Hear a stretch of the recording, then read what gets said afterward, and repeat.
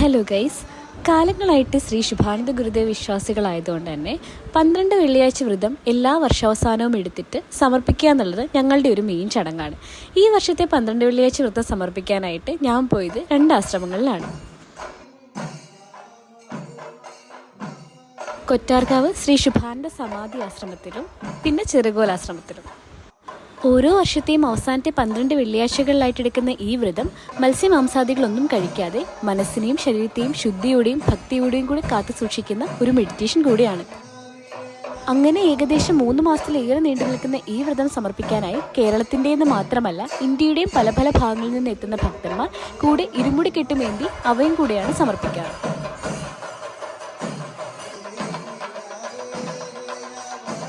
കുടുംബത്തിൻ്റെ ആരോഗ്യത്തിനും നിലനിൽപ്പിനും വേണ്ടി മാത്രമല്ല, ലോകസമാധാനത്തിനും ഐശ്വര്യത്തിനും വേണ്ടി കൂടിയാണ് ഈ വ്രതം എടുക്കുന്നത് എന്നതാണ് നമ്മുടെ ഉദ്ദേശ ലക്ഷ്യം.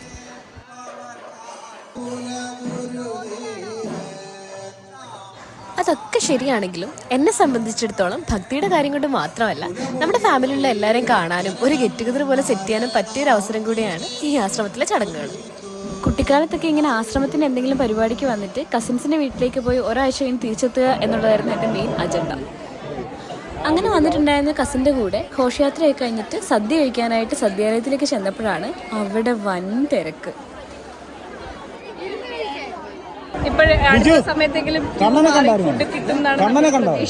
അങ്ങനെ ക്യൂവിൻ്റെ ഏറ്റവും ബാക്കിലായിരുന്നു ഞങ്ങൾ. ആൾക്കാർ അറിഞ്ഞു അറിയാതെ ഒക്കെ ഇടിച്ചു കയറി ഏറ്റവും ഫ്രണ്ടിലെത്തിയിട്ട് നിർവൃതി അടയുന്ന കാഴ്ചയാട്ടോ നിങ്ങളീ കാണുന്നത്. അങ്ങനെ നീണ്ട ക്യൂവിന് ശേഷം നമുക്ക് കുറച്ച് ചോറ് കിട്ടി. അങ്ങനെ സദ്യയൊക്കെ കഴിഞ്ഞിട്ട് നമ്മളൊന്ന് നാരങ്ങ വെള്ളം കുടിക്കാനായിട്ട് പുറത്തോട്ട് ഇറങ്ങിയതാണ്. അപ്പോൾ എൻ്റെ വേറൊരു കസിനോട് വന്നിട്ടുണ്ടായിരുന്നു, ലച്ചുവിന് അനിയത്തി കുഞ്ഞു ലച്ചു.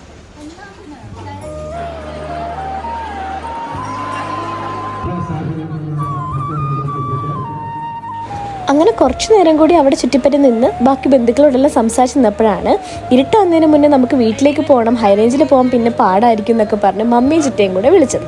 അങ്ങനെ നമ്മൾ തിരിച്ച് വീട്ടിലേക്ക് മടങ്ങുന്ന വഴിക്ക് തൊട്ടടുത്തുണ്ടായിരുന്ന ഈ ഒരു അമ്പലത്തിൽ കയറി അവിടെ സപ്താഹം നടക്കുകയായിരുന്നു. അവിടെയും നല്ലൊരു പോസിറ്റീവ് എനർജി ആയിരുന്നു നമുക്ക് കിട്ടിയിട്ടുണ്ടായിരുന്നത്.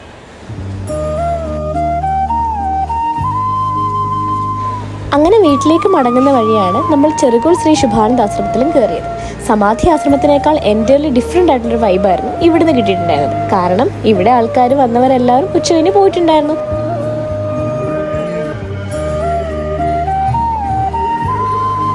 അങ്ങനെ ഈ ആശ്രമത്തിന്റെ ഉള്ളിലൂടെ ഇങ്ങനെ സമാധാനത്തിൽ നടന്നപ്പോഴാണ് ഈ സ്വാമിയെ ഞാൻ കണ്ടു.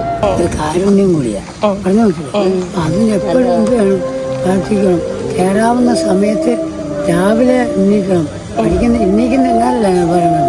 എഴുന്നേറ്റ് പ്രാർത്ഥിച്ച് വിളക്കെത്തിച്ച് പ്രാർത്ഥിച്ച് രാവിലെ അതും വൈകിട്ടും അങ്ങനെ പ്രാർത്ഥിച്ചിട്ട് നിങ്ങളുടെ അമ്മയുടെ അച്ഛനില്ലേ, അച്ഛൻ്റെ അമ്മയുടെയും ഭാഗം എന്നിട്ട് പറയുന്നത് ഞാൻ പഠിച്ച് എനിക്ക് നല്ലോണം അത് മറ്റുള്ളവർക്ക് എനിക്കും ഉപകാരപ്രദമായി തീരുവാൻ ദൈവം കരുണയുള്ളൂ. അതുപോലെ ഞാനെന്തോ ഒരു പ്രവൃത്തി ചെയ്താൽ ആ പ്രവൃത്തി അതൊരു പുണ്യകർമ്മമായിട്ട് വരാൻ നീ എന്നെ അനുഗ്രഹിക്കണമെന്ന് മനസ്സിട്ട് പ്രാർത്ഥിക്കണം. അപ്പം നമുക്കൊരു താഴ്ച ഉണ്ടാകും. ഞാൻ പറഞ്ഞു മനസ്സിലായി, ഒരു താഴ്ചയും വീഴ്ചയും നമുക്കൊരു കയ്യബദ്ധം ഉണ്ടാകും. കയ്യബദ്ധം ഉണ്ടാകത്തില്ല. കാരണം എന്തുകൊണ്ട് ഭഗവാൻ നമ്മൾ ചെയ്യുന്ന പ്രവൃത്തിയും ഭഗവാൻ ഉറ്റ് നോക്കിക്കൊണ്ടിരിക്കും.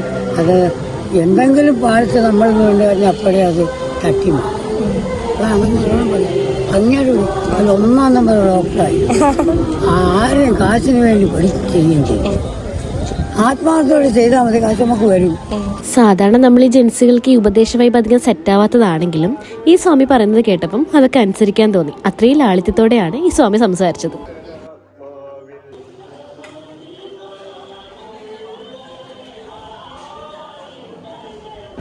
ആക്ച്വലി നമ്മൾ ഫുഡൊക്കെ കഴിച്ച് വയറ് നിറഞ്ഞാണ് വന്നതെങ്കിലും ആ ആശ്രമത്തിൻ്റെ ഒരു പ്രതീതി കണ്ടപ്പം നമുക്ക് അവിടുന്നൂടെ കുറച്ച് അന്നദാനം കഴിക്കണം തോന്നി കേട്ടോ.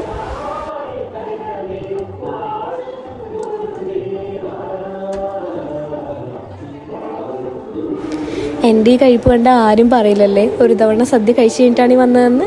അവിടുന്ന് കഴിച്ചു ഇവിടുന്ന് കഴിച്ചു, വയറ് ഫുള്ളായി. എന്നാലും ഭയങ്കര ടേസ്റ്റ് ഉണ്ടായിരുന്നതുകൊണ്ട് വീണ്ടും വീണ്ടും കഴിക്കാൻ തോന്നിയിട്ടേ ഉണ്ടായിരുന്നു. ഇതിവിടുത്തെ അമ്പലക്കുളമാണ്, ആശ്രമക്കുളമാണ്. പണ്ട് കുഞ്ഞുനാളിൽ ഇവിടെ വന്ന് കുളിച്ചിട്ടായിരുന്നു നമ്മൾ ആശ്രമത്തിൽ കയറി തൊഴുതിട്ടുണ്ടായിരുന്നത്.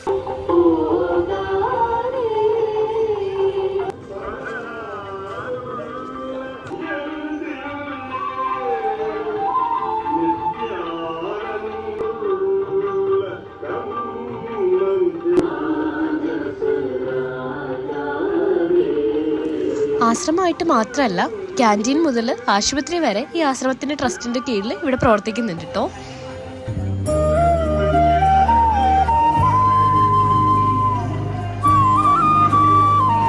ഈ ആശ്രമത്തിൻ്റെ പിന്നിലുള്ള ഐതിഹ്യം എന്താണെന്ന് ചോദിച്ചാൽ, ഭഗവാൻ ശ്രീ ശുഭാനന്ദ ഗുരുദേവന്റെ തിരുവാഴ്ചക്കാലത്ത് അദ്ദേഹത്താൽ സ്ഥാപിതമായ ആദ്യത്തെ ആശ്രമമാണ് ഇത്. ഇന്ന് ഈ ആശ്രമത്തിൻ്റെ കീഴിൽ 100ഓളം സ്വാമിമാരും 10,000-ഓളം അടങ്ങുന്ന ഭക്തന്മാരുമുണ്ട്.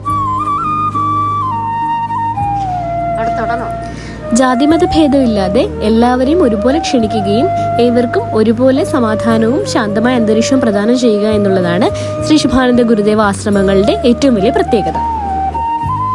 അതുകൊണ്ട് തന്നെ ഈ ആശ്രമത്തിലെത്തുന്ന ഭക്തന്മാർക്ക് ആർക്കും തന്നെ ജാതിമത ഭേദബുദ്ധികളൊന്നും ഉണ്ടാവില്ല. എല്ലാവർക്കും ഏത് സമയത്തും കടന്നു വരാനും പ്രാർത്ഥിക്കാനും പറ്റാവുന്ന ഒരു ഇടം കൂടെയാണ് ഈ ആശ്രമം.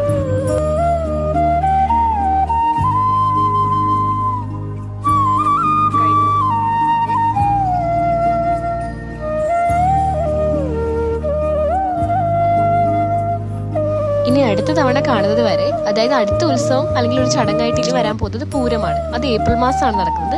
തൃശ്ശൂർ പൂരമായിട്ട് കോയിൻസൈഡ് ചെയ്തിട്ടാണ് ഈ നമ്മുടെ പൂരം ഉണ്ടാവാറുള്ളത്. സോ അതുവരെ ഒരു ഓർമ്മയ്ക്ക് വേണ്ടിയിട്ട് ഈ ഐസ്ക്രീമും കഴിച്ചിട്ടാണ് നമ്മൾ അവിടത്തോട് ബൈ ബൈ പറഞ്ഞത്.